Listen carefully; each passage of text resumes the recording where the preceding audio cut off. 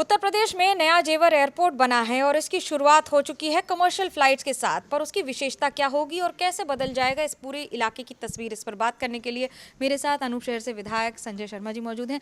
क्या होगा इस पूरे इलाके में, क्योंकि एनसीआर पर इसका सबसे ज़्यादा फायदा होता दिख रहा है। जेवर एयरपोर्ट पर कमर्शियल उड़ानों की शुरुआत एक बहुत ही स्वर्णिम अध्याय है, न सिर्फ हमारी एविएशन इंडस्ट्री के लिए बल्कि पूरे उत्तर प्रदेश, एनसीआर और पूरे भारतवर्ष की इकोनॉमी को एक नया बूस्ट मिलेगा। ये जो जेवर एयरपोर्ट है, ये मात्र एक एयरपोर्ट के रूप में विकसित नहीं किया गया है, बल्कि इसकी योजना एक एरोट्रोपोलिस के रूप में विकसित करने की है। जैसा कि दुबई, सिंगापुर, एम्स्टर्डम, डैलस, ये सारे एयरपोर्ट्स हैं, इनको एरोट्रोपोलिस के रूप में विकसित किया गया है। Like city with in cities.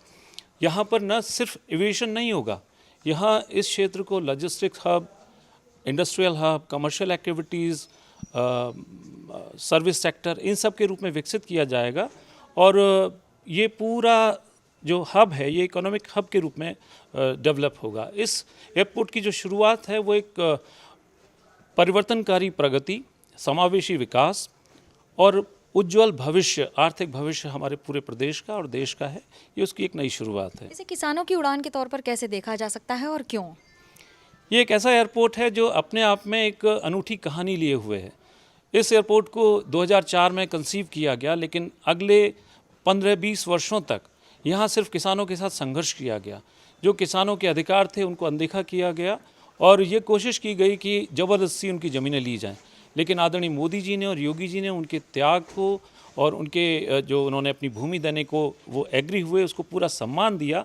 और जो शुरुआत हुई इस एयरपोर्ट की, उसमें 170 किसानों को फ़्लाइट के द्वारा लखनऊ ले जाया गया, जहां आदरणीय मुख्यमंत्री से उन्होंने मुलाकात की। एक ऐसी नई शुरुआत है। वो लोग जो सहयोग करते हैं और सरकार के जो प्रोजेक्ट्स होते हैं उनमें अपना समर्थन देते हैं, उनको भी सम्मान मिलता है। इसलिए किसान के लिए बहुत बड़ी उड़ान है।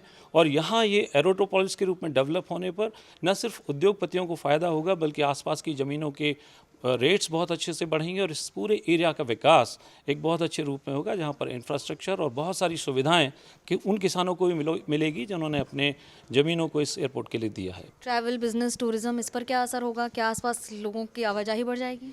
डेफिनेटली बढ़ेगी। आज जो भीड़ और कंजेशन दिल्ली एयरपोर्ट पर होता है, वो सारा यहाँ पर बहुत बड़ी उसकी मात्रा पूरे साउथ और ईस्ट दिल्ली, पूरा Noida, greater Noida, western UP, उन सब का फोकस यहाँ पर होगा।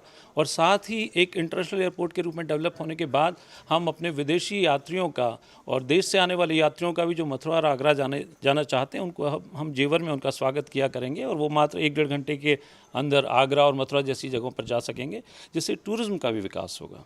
चुनावी राजनीति के तौर पर इसे देखा जा रहा है क्या, कि टाइमिंग इसकी चुनाव के आसपास है?